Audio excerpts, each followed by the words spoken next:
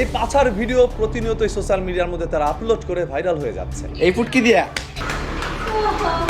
এমন ভাবে ঝাঁকাঝাঁকি করে মাঝে মাঝে মনে হয় যে কোনো সময় এগুলো খুলে আমাদের শরীরে এসে লাগতে পারে। গরমে আমি একদম ভিজে গেছি পুরা। তোমার খালি দুধ খাও না। এখান থেকে নামি দামি খদ্দেরও তারা পাচ্ছে। ভাতার খুঁজতে যাচ্ছি।